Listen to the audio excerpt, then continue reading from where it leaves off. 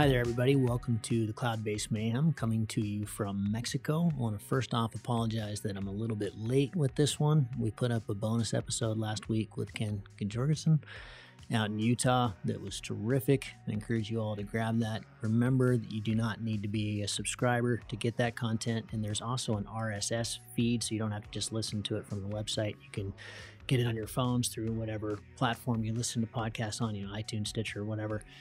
That RSS feed is on the website, and I'll be sending that out in a newsletter here very quickly.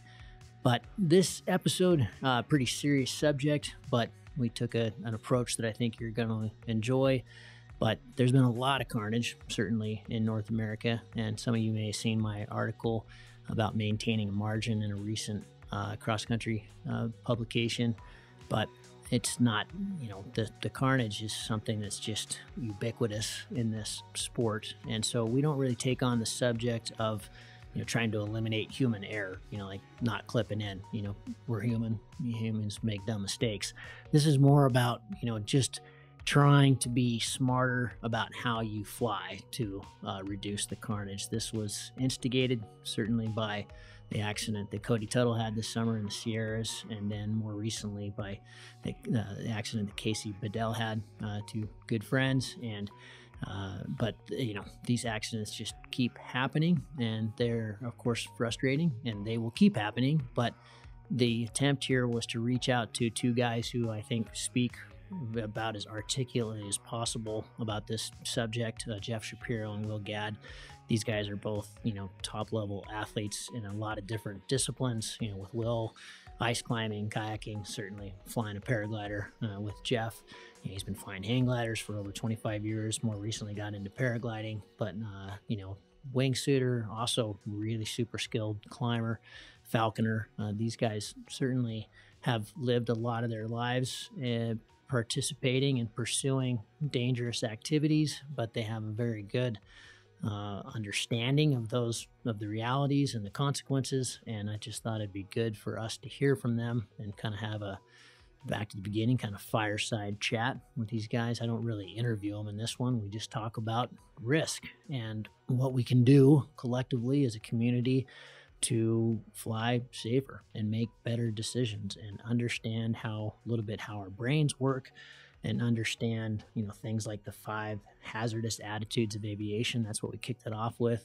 Jeff has recently gotten into flying small airplanes, and there's a lot of things in commercial aviation that don't seem to cross over very well into our sport of aviation, and they should. So you're going to love this, and I encourage you to share it, and I hope that instructors who listen to this will share it with their students. It is very hard. We draw a lot of analogies to things like backcountry skiing and climbing and stuff, but it's really hard to learn without making mistakes. Unfortunately, in our sport, if you push it, then the mistake is always hitting the ground, and the ground is hard, and the ground is very unforgiving. And so, unlike a lot of other sports where you can push it and just take a whipper, like in climbing, and get away with it, you're not going to do so well if you hit the ground. So these are the things we talk about.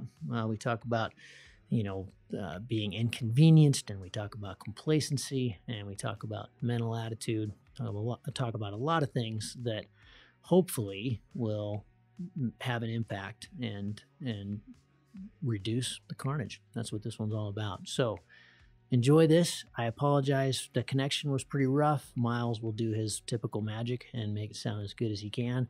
And of course, I'm sitting here in Mexico. You can hear the crickets in the background, but we recorded this in a laundry room for myself and on my end, and didn't have a great connection. And of course, it's just Mexico. There's lots of noises down here in Valle de Bravo, but important subject. You'll enjoy it. And again, please share it. Cheers.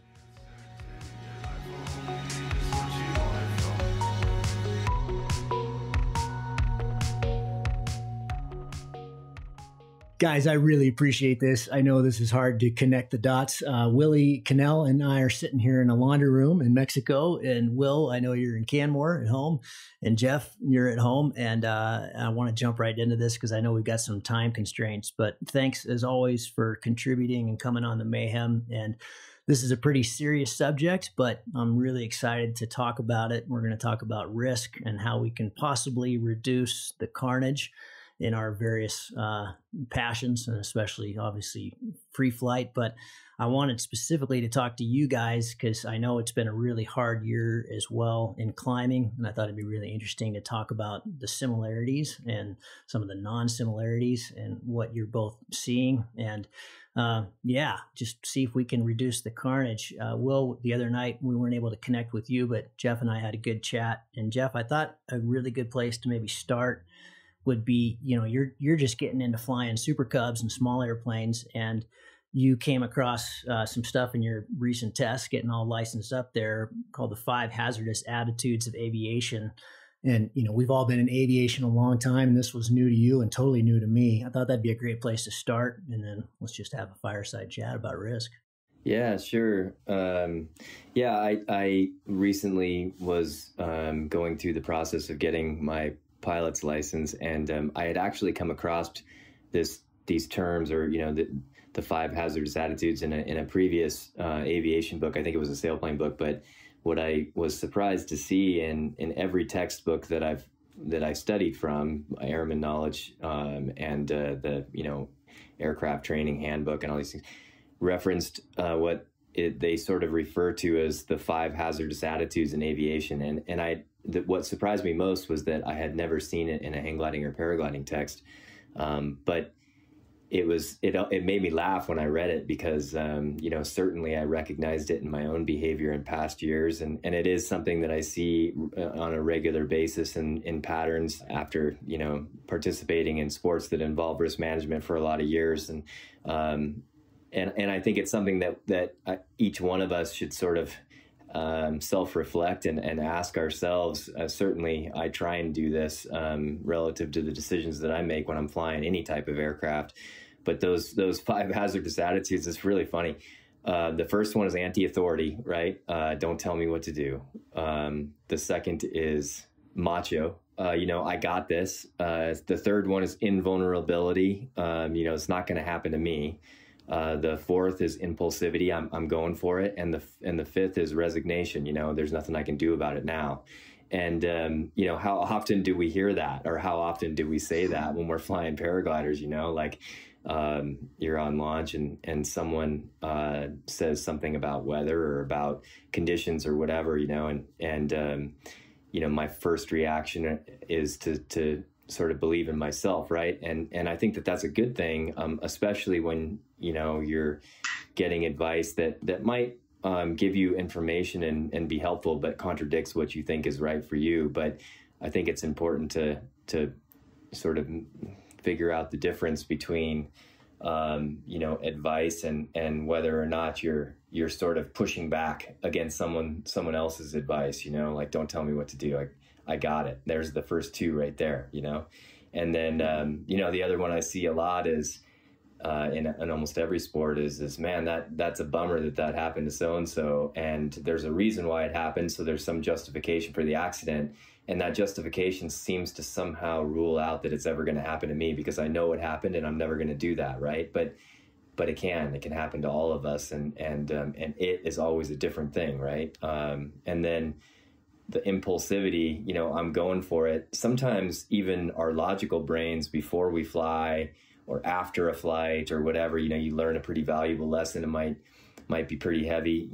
You say, man, I'm going to be more conservative. But in the heat of the moment, when you're emotional and you're flying, we're all sort of guilty of saying, I'm going for it anyways, and that can obviously create a pretty hazardous situation at times. And then, the fifth, the resignation, I had to think about this one, but it's true.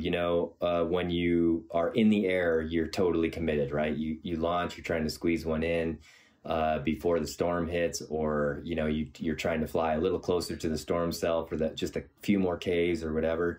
By the time you've made a decision and that decision has, proven to be kind of a poor one relative to risk, the idea that there's nothing I can do about it, I'm just going to go with it. That can happen, based on necessity, but the mistake's been made already. The mistake was made 5 moves ago. So yeah, I just thought that those hazardous attitudes are pretty interesting. And after reading it and sort of studying it for this pilot's license thing, I definitely try and check in with myself now about each of those things, and relative to risk. I've always said it's important to try and make decisions for myself based on logic and not emotion. I try and think about all five of those terms, and discover whether or not my decisions are being influenced by any one of the five. Yeah, and we were talking. Will, I wanted to, we touched on this in the first podcast with you a couple years ago, and I wanted to just reflect back on that and talk about it more, maybe dig into it more. But you have this great saying, you talk about it in your talks all the time, the positive power of negative thinking. And Jeff and I talked about that the other night and said, that's the thing. It's so positive. There's nothing negative about the positive power of negative thinking. So can you talk about that? Because this is such a timely thing. You're dealing with an avalanche death that happened today, I understand. And there's so many parallels to me with backcountry skiing. Is like when you go into avalanche terrain, you could make a bad decision and get back to the car and have no idea you've made a bad decision. And you go, man, I killed it today. I crushed it. And the next guy that skis that exact same line gets buried. Yeah, the positive power of negative thinking idea works really well, especially for dealing with like the biggest hazard in aviation, which of any kind or any kind of high risk activity. And it's the same stuff as Jeff's 5 hazardous activities. It's how well do you understand your own head? Like all the knowledge and all the technical skill and the best equipment and all that stuff is certainly good. But if you want to survive, you kind of have to understand your own head and expect error. And then you can use all those tools. Like if you're coming into a ridge, you can either, push it and come in right on the boundary layer where the rotor starts, or you can give it an extra 100, meters, 300 feet and give yourself margin, because you know what? You get it wrong sometimes. And if you give yourself an extra 300 feet, you can fold it up and walk away. And if you're like, I'm going to come in right on the boundary layer with the rotor and I'm going to, just skate it in perfectly, then inevitably that's not going to work out. And, speaking from personal experience, I think a lot of times I have played that line. I'm like, I'm going to take it right in on the layer. I'm going to go into that ridge as low as I can. And then I got the shit kicked out of me dozens of times. And I was like, well, let's give it an extra, 150, 300 feet and I'll live longer. And that's where that both expectation of your own error and that you're going to get it wrong. And if you built enough margin, then you might live through it. And then also you're going, wow, what could happen here? And that's the positive power of negative thinking. Like, I could fold it up and then do I have enough time to toss? That 300 feet becomes really critical when things get really Western and you're like, wow, I'm so stoked that I have enough time to make like one good effort and then get the laundry out. So I think as I've gotten older in all these sports, the thing I've seen over and over again, it's like the people who do think about the consequences of what they're doing in the moment and then also try to add margin tend to live longer. And again, we're all walking the line. It's like I've had some really good luck when I needed it a couple times, and I'm very appreciative of that. And nobody sets out and be like, today's a great day to have an accident. So, nobody starts the day like that. But being aware of those ideas, how well do I understand my own mind? What do I actually want to do today? Do I want to live or do I want to like go as hard as I can and kick ass? And both of those, in my view, are actually pretty valid viewpoints.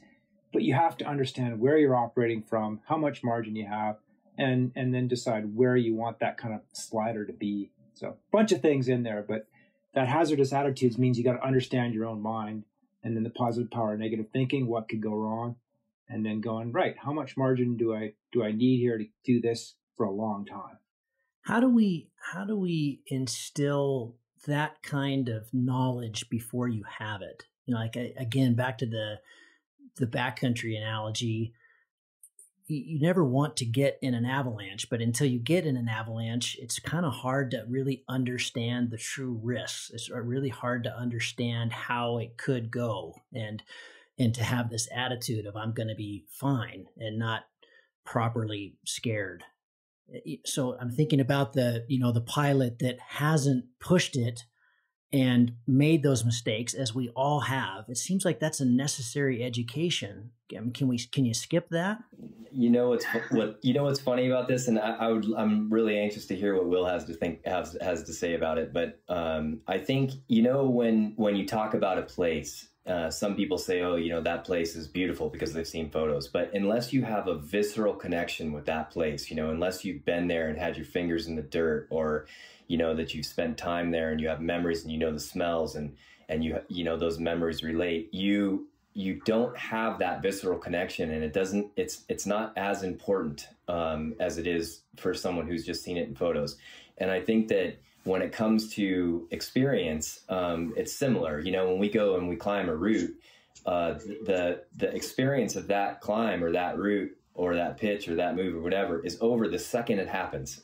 By the time I'm walking down the trail back to the car and I'm thinking about the story I'm going to tell my wife, it's already different than what actually happened, And what's interesting about that is when we have close calls, or we have, and I'm sure Will and I both have had fistfuls of them over the years, but those mean something to us. And although I would love to be able to give that to somebody, it's very, very, very difficult to explain it in a way that has the same level of impact that it did for me. And so what's really interesting is that I've noticed, at least, is when I'm on launch and I'm talking to a newer pilot and, they have questions, I can try and explain something, but there is this certain level of experience that has to happen for that lesson to be learned. And I also think that certain people, I think there's a trend on launch sometimes where people will get advice, and it's really difficult to tell who are the sort of, like you've mentioned, the term ground suck crew, the difference between someone who's being negative and someone who's giving good advice. So I think a lot of newer pilots will misinterpret advice sometimes as fear as opposed to experience. And I found that communicating that in a really particular way is super important, to be able to, like you said, give that to somebody in a way that might have an impact, a positive impact on their day. I don't know. What do you think, Will? No, I think that's a really good point. How you communicate risk and talk to people. I wasn't very good at that in my 20s. And somebody would be doing something and I'd be like, don't be a fucking idiot. The communication wouldn't work. And now I'm like, well, hey, this might not work out so hot. And I've kind of been there, and, maybe this is something that you might want to think about because I'm thinking about it. And then we get to a common point. So that communication of risk and knowledge is, that's really, really important. It is hard and to get that into people's heads.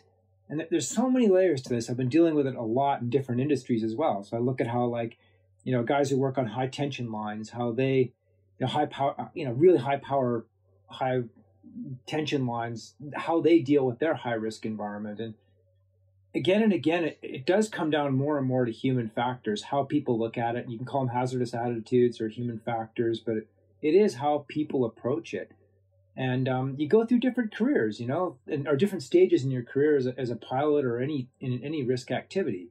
And I think until you really get it into your head that every time you launch, you're going to die unless you do certain things right, until you've got that into your head, it doesn't really sink in. And if you fly with that knowledge or climb with that knowledge, and that knowledge is if you get it wrong, you die, then you tend to start making better decisions and try to build systems so you can make little errors and still live. But I do think in all these sports that I see, it's like, you can do this safely, bro. You're more likely to die driving your car. This is bullshit. Like, all these sports are high consequence, complex environments. And you can't approach them like that. It's just not reasonable. But if you do approach them with an understanding of the very real hazards, and then you're like, today is an excellent day to live, and I'm going to watch myself for these 5 hazardous attitudes, and I know I get really competitive with other pilots. So maybe I'm not going to, fly in environments where I do that, or I'm going to recognize that desire in my own brain and slow it down. But I think the starting point is we are operating every time we step off the ground in any sport or whatever in a really dangerous environment.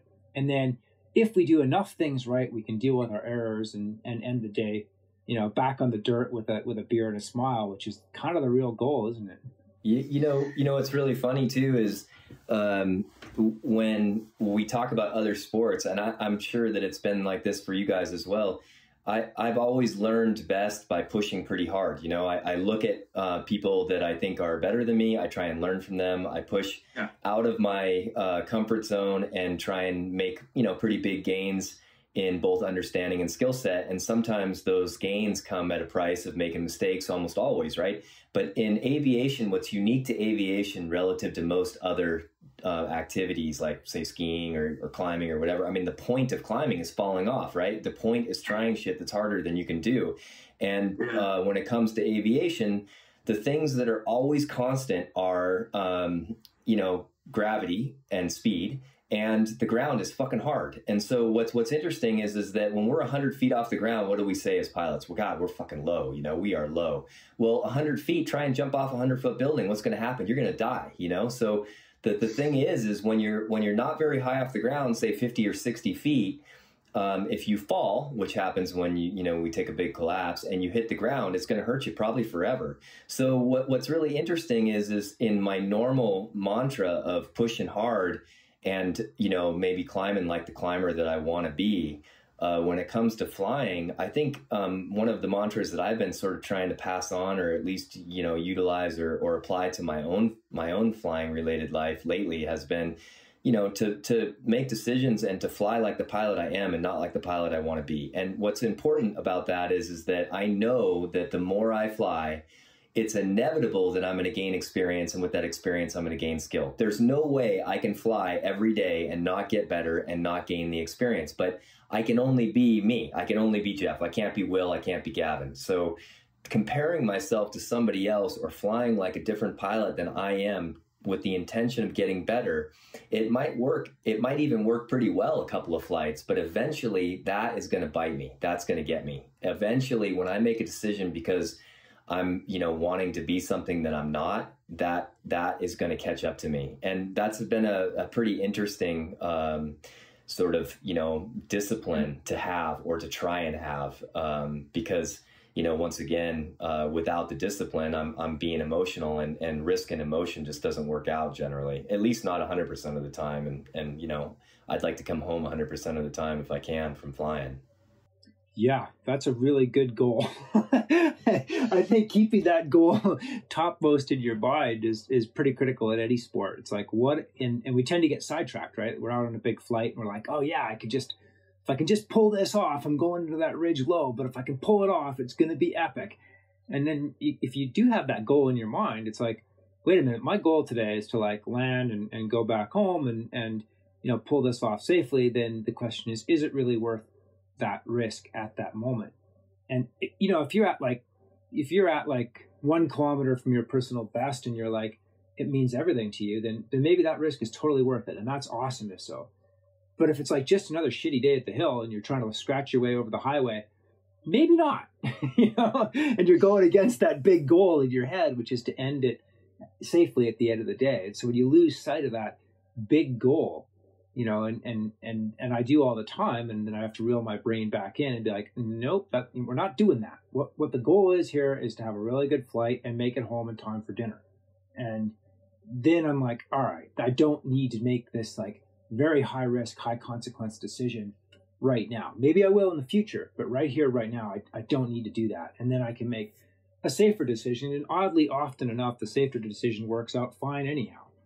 Yeah. Well, and the other thing too is we'd all be lying if we didn't have like the best memories of our lives as were these moments where you pushed hard and you either did it well or you got away with it or whatever, but you got the carrot at the end of the stick, and that's awesome. I mean, do what what you didn't think that you could do, there's hardly a better feeling. But I would also say from experience that the times where I risked and it didn't work out, I never said it was worth it, And so it's always kind of one of those things. It's like, is an extra K or flying further than your buddies or winning the day, is it worth, and at some level, it's a very personal decision that is made by each of us every single day and every single flight. Like, and the other interesting part of that is I try and when I am saying, like whatever, I'm going for it because it is worth it to me today. Today it is worth it, and I do feel like I'm going to be successful. I try and sort of ask myself whether or not I'm forcing my will on the day. Gavin and I were talking about this the other night. This term that Nick brings up in his podcast about flying your desire as opposed to the day, or always fly the day and not your desire.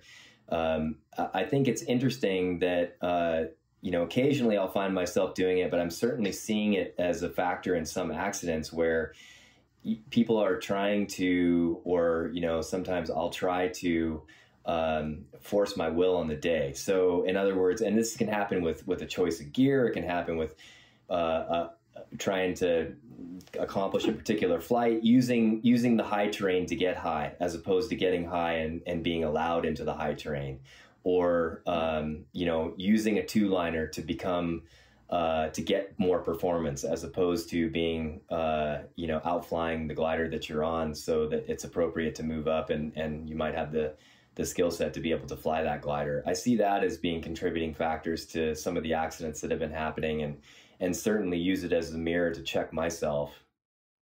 Yeah, I'm glad you brought that up, Jeff, because I learned a lot from you, Will, on the Rockies Traverse with wing choice. It seems, I might just be getting old, old fuddy-duddy, but it seems to me like, when I learned, it was like there was a requisite number of hours and time and experience before people would just look at you like you were crazy if you moved up in a wing. And now, and I don't know, maybe that's because I've been flying more comps lately, but it's just, I see it in people. They're so hungry and they're so stoked, which I love to see because it reminds me of, when I got into the sport, and I'm still kind of that way. But, you said it the other night, Jeff, that, that people are using the wings to improve and they're not getting better. The wing's not going to make you a better pilot. And so, we've got people that are, in my opinion, maybe moving awfully fast up because they want that. You see it. You go on glide with big open class wings or CCC like comp wings, and that can be a bit discouraging. But at the same time, you see a guy like Josh Cohn down here last year on the Omega, and then this year on the Z Alps, just crushing everybody. He doesn't have any trouble keeping up with gliders that are way better than him. Obviously, he is totally outflying that wing. Well, I want to be Josh. Yeah, there's a lot in what you both said. The wing choice thing is interesting, and I've gone back and forth in that so much. And so yeah, I've got the two-liner for some days, and then I've got my light wing that I fly a lot, and I often choose to fly the light wing, because it's just a lot of fun, and I can do just about anything I can on the two-liner as I can on my light wing, and I just have to remember that, and maybe I need to set the glides up a bit better or whatever. But again, it boils down to, I think, what Jeff had to say. It's a Buddhist concept about seeing things as they are. The day is what it is, not what you want it to be. And conditions and so on are what they are, and you can't change that. So you have to be super open and flexible to the day and to whatever the conditions are, and then adapt to it, and then and make good choices out of that, and try to do your best. One other thing I think that's I've realized recently that's probably not going to be super popular, but I do believe it. When there's this temptation to, it's like combat veterans. The first stage of a combat veteran is to say, well, not that many accidents happen and it won't happen to me. And that's like your novice pilot or your basic intermediate pilot. Stuff doesn't happen very often. They haven't done CPR on somebody on the side of a hillside. That shit's not that real. And then you see that a bit, and the combat veteran is like, right, things go sideways out there. And If I train really hard and I'm really dialed and things are super tight and I'm locked down and I have high knowledge and high understanding and everything, that won't happen to me. I'm going to learn from everybody else's errors and I will get through this just fine. And then the third stage of combat veterans, and I think it very much applies to extreme sports, is, you know what? You go out the door, you can get killed. And that's not resignation. You're going to do everything you can to keep that from happening that day.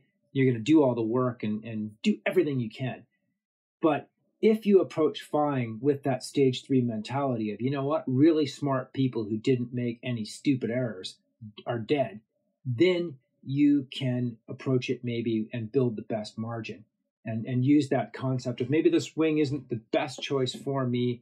I'm gonna stay on a wing that's reasonable, and I'm gonna adapt fast to conditions. And maybe I'll land 30 minutes before I really needed to for that storm, but I'm on the dirt, and it's a good thing. So I don't know if that's a depressing thought or not, but for me, it's liberating. It's like, you know what? These sports are really dangerous. Smart people die doing them who aren't pushing hard. Let's try to get through the day as best we can and use all those skills to have the best day. But you got to start with that understanding, or to quote Fight Club, you're useless. Yeah. Well, you know what's funny about that too is that goes back to the, how do you pass this on? How do you give that advice? And what's harsh about it is when when you've gone through those stages, when you're like, oh, that should happen sometimes. And then you're like, wow, it really happens because, you've had blood on your hands. And then you get to that third stage. How do you communicate that to a newer pilot without it being all doom and gloom and negative Nancy? Because let's face it, we're all out there just to have fun. We want to go up on the hill. We want to go flying. We want to go flying because it's fun, and we want to have fun while we're flying, and hearing about accidents and hearing about the doom and gloom of what could happen and all these things. I think that the knowledge is important and relative to making good decisions. But, we want to be in a good headspace when we're flying. We want to have our minds in the right place, and we want to enjoy what we're doing. But what I think is interesting is when you got two sort of opinions, right? You have somebody who's been flying a while, and they might say, I'll use this example. So they've flown through the rain 3 or 4 times, and they're like, I don't know what everybody's quivering about. It's no big deal flying through the rain. I've flown through the rain 10 times. Nothing's ever happened to me. And then you have a pilot who's flown through the rain, 100 times, and 10 of those times it, increased the stall speed, and they came out of the sky like a stone and ended up having to dump it somewhere, or it had a near miss because of it. And so, is it negative to give that advice of maybe it's not so smart to fly through the rain? Because one pilot's giving advice based on what hasn't happened to them, and the other pilot is giving advice on what has happened. And I think that that's really important to remember when you're getting advice or when you're giving advice, that it should be from a place of experience, what you have experienced. And if it's not, then, you should think about the conservative side of the line, and back to what we were talking about before relative to, is it really worth it? What are my goals today? What's the mission? If the mission is to win the day, if the mission is to go huge, and it is important to you, and you are feeling it, and you're at one with your wing, you're feeling current, and the time to dive into that ridge feels right, then, whatever, that's up to you as a pilot. It's very personal, like I said, but if my mission today is to have a good time and to do my very best to learn a lot and to come home, then my wing choice, my line, how hard I push, and the priority of landing safely and figuring out how to hitch my way back to dinner with my family. If that's the mission, then that's what I'm going to try and do the best that I can at. And I think all of those experiences build into this personal set of limits. And, all of a sudden now getting advice becomes just another piece of information, no different than the way the trees are moving in the wind, or the birds, turning in front of launch. It's just another piece of information for each pilot to use to make their own decisions. And I just think it's really important to remember that information is coming from somewhere, and to analyze where that information is coming from, and then to utilize it appropriately. I'd be curious to know that's great, Jeff. I'd be curious to know, I know both of you guys are fully willing to back down and come back down, whether climbing, flying. Will, you and I talked about it a lot, and something that you talk about freely about how open you are to doing that, whether you're guiding or whether you're by yourself. How much of that is what you see versus what you feel? Well, it's both. If I don't feel good about a situation, then usually there's a reason for that. I might not have intellectually figured it out yet, but if something feels off to me, it's an excellent time to stop and have lunch in the mountains. The trick is that in paragliding, it's a little trickier to stop and have lunch. It's like you can't just like hang on the bolt or put in a piece of gear or walk over to that ridge and get out of the gully and figure out what's going on. Aviation is a lot like more intense kayaking, where you're in the drop from the moment you step off till the moment you get to the bottom. But I think listening to that again and understanding your own head and being, if something feels wrong, then back it down, do something different, choose a more conservative line is the equivalent in paragliding. When I first started learning to kayak, I would like puke in the eddies, the top of big class 5 drops. And that was just not the right mindset. I thought that's how I had to approach the sport to get good at it. And in retrospect, that was not the way forward. You don't learn as much when you're in a state of terror. You don't perform as well. And as I got better at kayaking, I decided I wasn't going to paddle in that state anymore. And the same with flying. I don't like operating. If I'm really afraid in the air, it's like, that is not the right state to be in the air. And I will often go and just land. I'm over it. It's like, if I'm not feeling good and solid and competent, then I know myself well enough to go, right, I'm out. This is not cool. And maybe I haven't noticed something, maybe there's more going on out there. Maybe my wing is sluggish for some reason and, I haven't figured out why, or just listening to that little voice that says something's not right here, and being willing to make changes. And maybe you get lower and you're like, oh, you know what? I was really high and I was a bit hypoxic. I haven't eaten anything. And that's why I'm like feeling uptight and scared in the air. But operating in that place of fear is really not good. You have to have honesty about what the consequences are, and then be operating in that place of competency where you're like, yeah, I got this. It's solid. I'm making good decisions. And I'm not operating like I'm going to overcome my fear and fly close to that big black cloud, because I saw guys do that once. Then you turn into Ava and you get like sucked up to 10,000 meters. And I asked her why, and she was like, I was going to win the day. Don't do that. Jeff, you've had in the last, well, you talked about it a bit on the first show, of course, with King and everything, but you've had a couple pretty recent, super close calls. I guess one of them wasn't even a close call. It was a hit with wingsuiting. I'm curious, were you able to process and look back? Were both of those times, was the voice screaming and you ignored it, or something else? No, what Will said and what Belcourt said, I think is super true, and it's kind of where the magic is in paragliding. Like you can't make it safe. It's not safe, but that's awesome. It's nice to be able to, if you're competent and you're current, you can navigate that environment in a way that's that is incredibly fulfilling. It's just an amazing thing to get to do, and to pretend like you can operate a paraglider on a cross-country flight in the mountains safely is just, it's just not accurate, But like Will, I don't think I've ever been sorry about backing off something when that little voice was in my head, And the line between fear and doubt and real danger gets pretty blurry, and it takes some experience to sort of know the difference. But I've certainly had experiences where I, was way up on some ice climb, and just the last pitch just didn't feel like it just didn't feel right. It was just a little too gnarly for me that day. And so we wrapped out. It was no big deal. We backed off. And then, I kicked myself afterwards and say, God, man, I should have just sent that thing. I was there. I worked really hard. It was the last pitch. It would have been good to get it done. And the fact that I can sit back and say that is sort of a proof positive that it was a good decision, because if it would have gone the other way, then I would have been wherever, hospital or dead, thinking, God, that wasn't worth it. It was just one pitch, right? So, I think whenever I feel that, and I'm not sure where it's coming from, I try real hard to listen to it. When it comes to flying, as soon as you make the decision, the first decision in this link, this chain of events where, like we were talking about before the podcast, most aviation accidents end up being this chain of events, right? And if you were to remove any link in the chain, then the accident wouldn't occur, or at least it might not be catastrophic.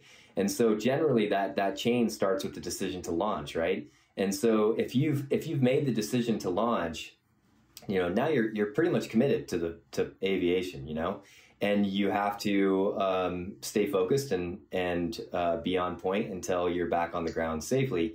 But if I'm on launch or on an exit or at the base of a route or even on a route and I get that feeling, then, once again, I ask myself, like, what's the mission today? Am I here to have fun? Is there anything that I need to prove? Am I, whatever? And obviously, the answer is yes, I'm here for fun. No, I have zero to prove to anybody, including myself. And, the mission is to come home because I want to do this again tomorrow. We're out there to have fun. So like, why wouldn't I want to fly tomorrow and the next day? And if I'm getting that feeling, then for me, it's just been important to listen to it. And I don't have to necessarily verbalize it unless I see a very active hazard that it might be beneficial for me to let the people around me know about it. But generally, if I have that feeling, even if it doesn't mean anything to anybody else, I'll listen to it. And I think it's important to do that for, if longevity is something that I want, which it is. It's like Nate Scales says, you got to be stupid enough to launch and smart enough to get it back to the ground. Yeah. Nate's good, man.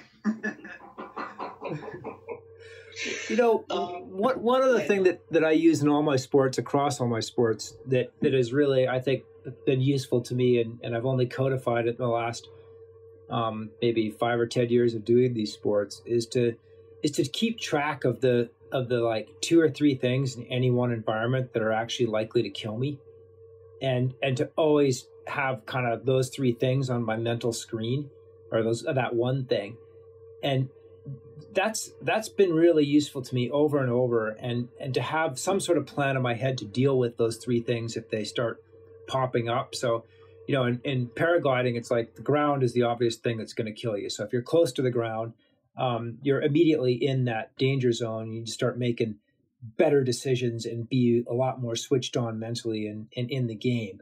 I don't think anybody's ever died at 16,000 feet or something. It's pretty rare. Actually, I know one guy who did, but it's pretty rare. It's like the ground is what's going to kill you. So now you're close to the ground. And then, in ice climbing, it's if you fall off and you don't have enough gear in. If you fall off with enough gear in, you're just probably likely to get maimed but not die. So get enough gear in that you're not going to die.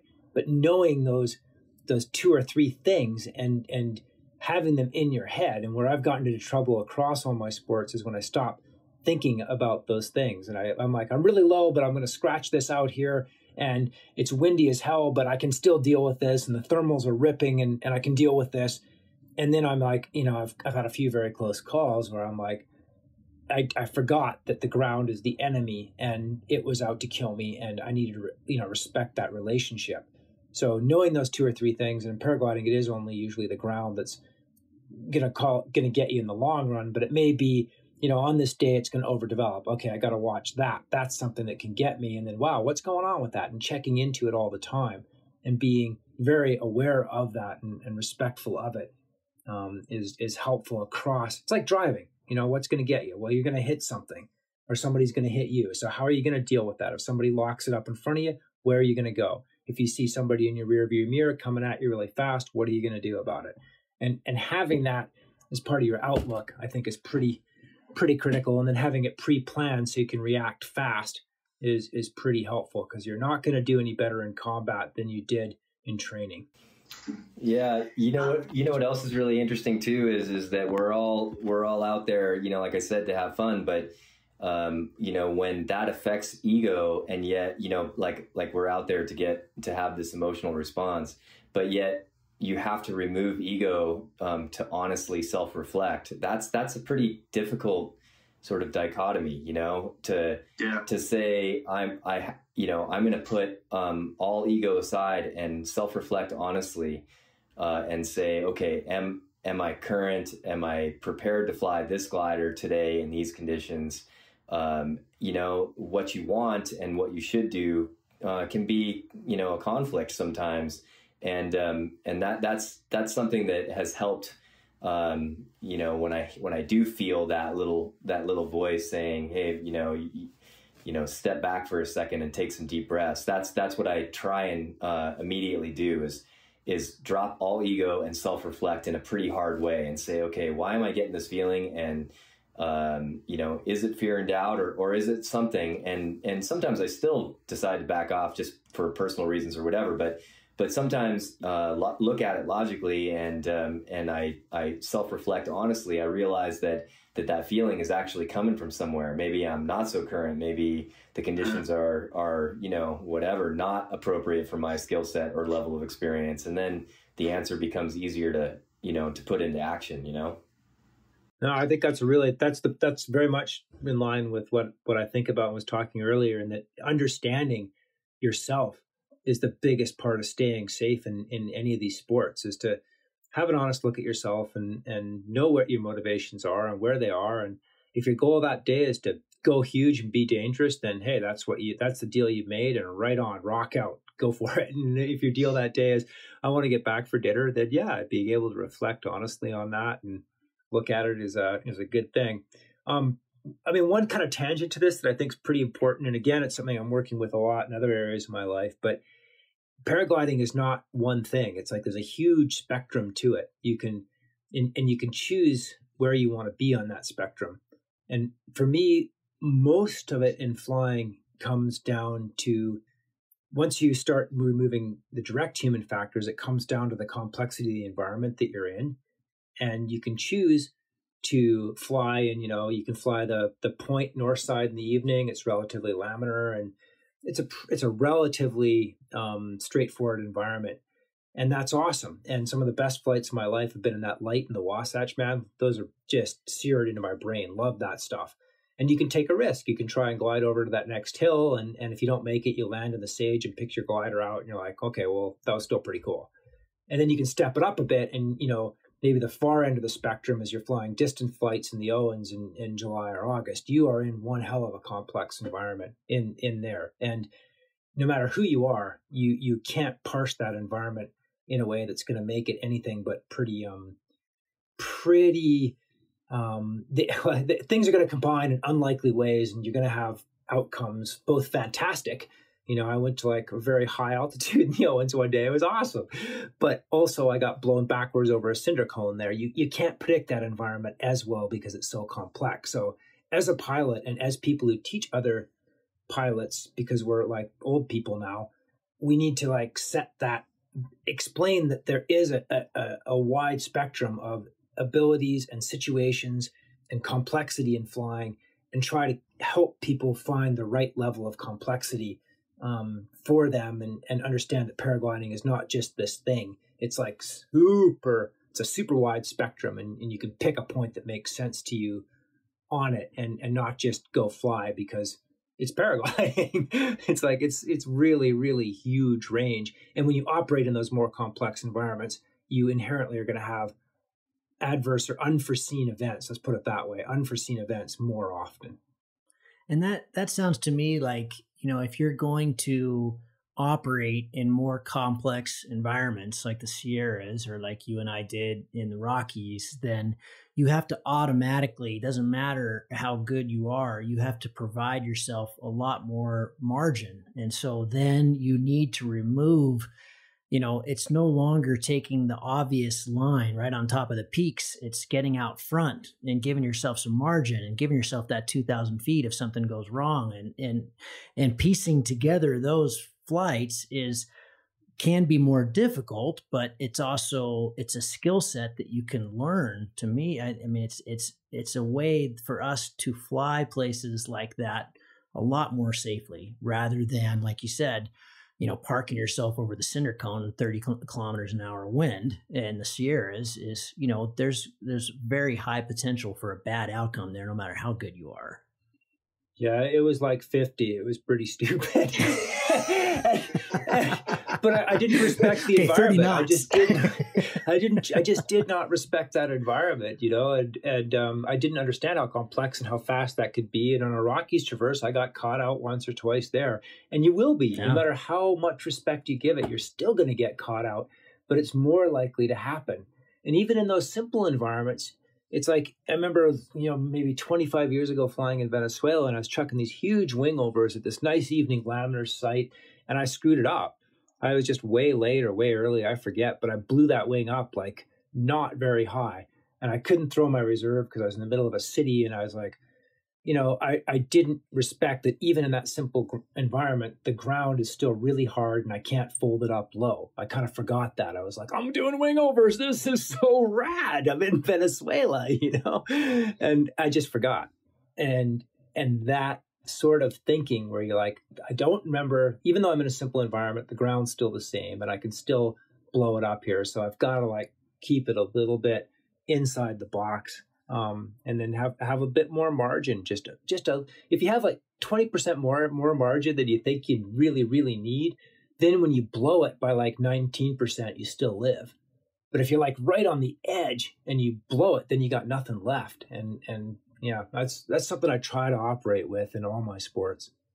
It is hard to not be to not let stoke get in the way, you know, when you know what needs to happen and it's, you know, this list of mechanical things, but when you're feeling it, you are, and it's really hard to just like put those emotions aside when you know you're doing huge wingovers in Venezuela. It feels so good. It's like it's hard to remember what would happen if I lost half the wing on this last one, you know, or whatever.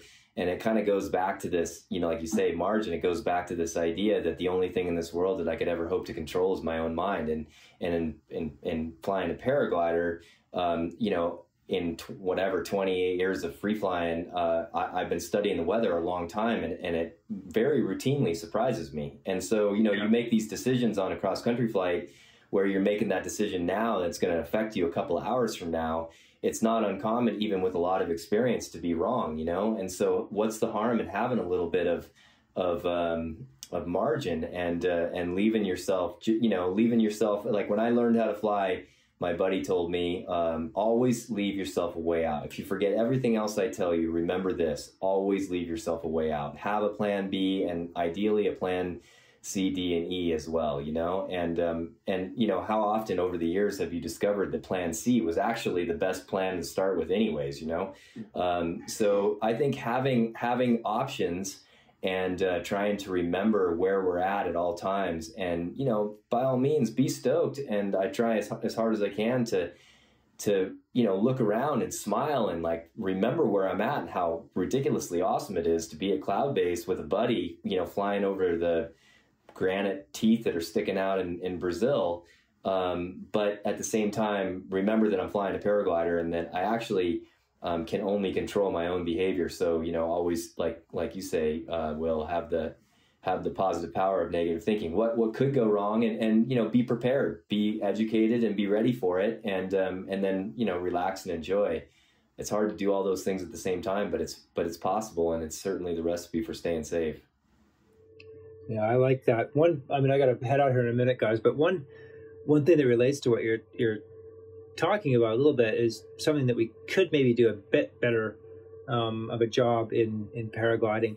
You know, I feel very fortunate that I learned in two places in North America that had a really great community of pilots, and ironically, both of them are named Golden. You know, I learned in Golden, Colorado, and Golden, BC. Pretty different places, but in both places, there was a really strong crew of more experienced pilots, and they were not shy about telling me what I was doing wrong. I'll never forget the voice of Mike Reeder, you know, "Goddamn, boy, you know, what are you trying to do? You don't want to die today or tomorrow. You're top of the list. You're top of the list right now of pilots who are going to die this year."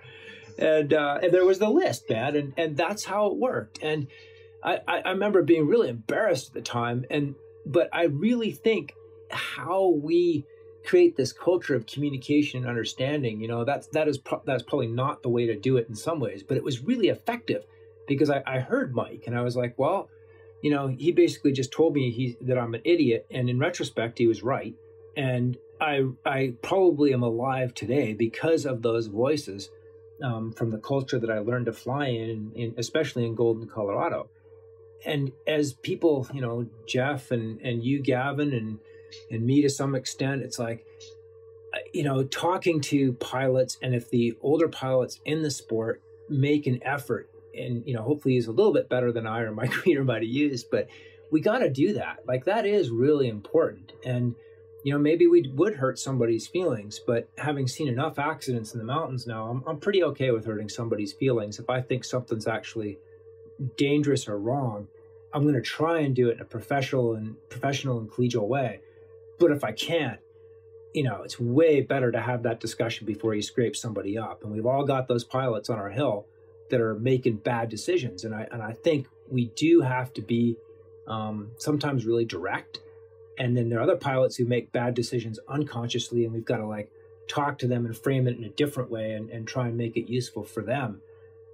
Because, you know, it's your community. Your instructor is super important. Your gear is super important, but it's your community and your own understanding of your head that maybe ultimately are kind of like the finishing school of piloting, not how many wingovers or infinites you can do, but how well do you represent your community and communicate your values, and then how well do you understand your own head? And I think that's pretty critical. Yeah, I think passing on information and creating a culture.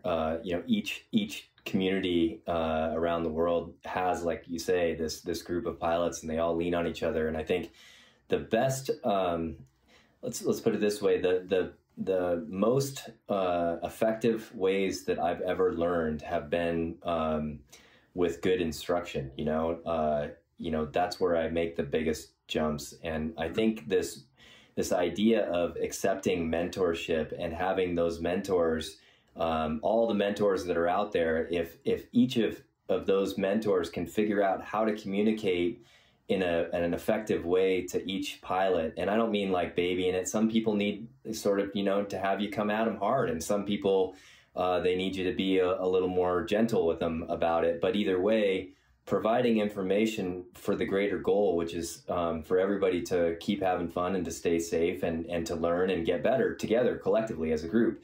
And this idea of the mentor relationship, whether it be climbing or base jumping or flying paragliders or hang gliders, I think that it's super important in a way where the mentors in each community, they end up breeding a culture, and that culture is something that sort of drives all the pilots that are coming into the sport and the pilots that are growing within the sport. And it kind of goes back to that idea that, you know, we were talking about before, where you know, deciphering whether or not, you know, nobody wants to go up on the hill and hear somebody talk about every excuse why you shouldn't fly.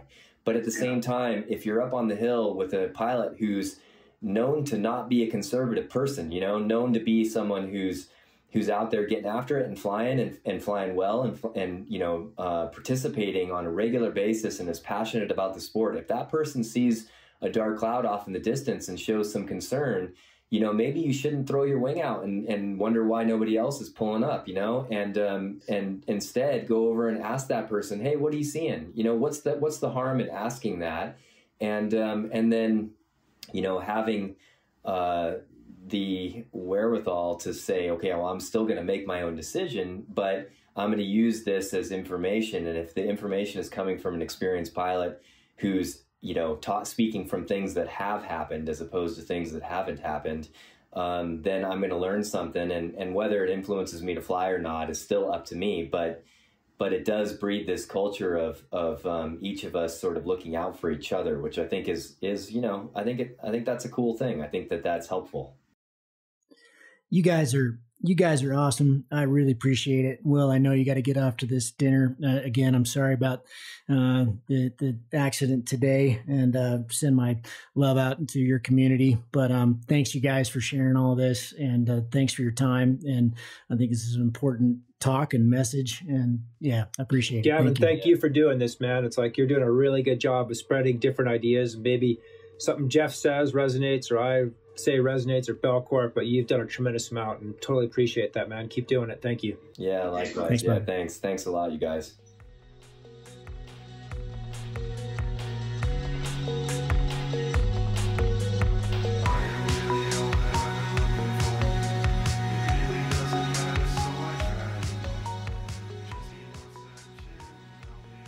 If you find the Cloud-Based Mayhem valuable, you can support it in a lot of different ways.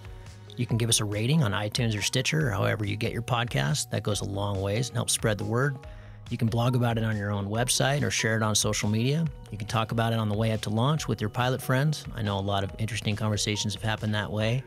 And of course, you can support us financially. This show does take a lot of time, a lot of editing, a lot of storage and music and all kinds of behind the scenes cost. So if you can support us financially, all we've ever asked for is $1 a show.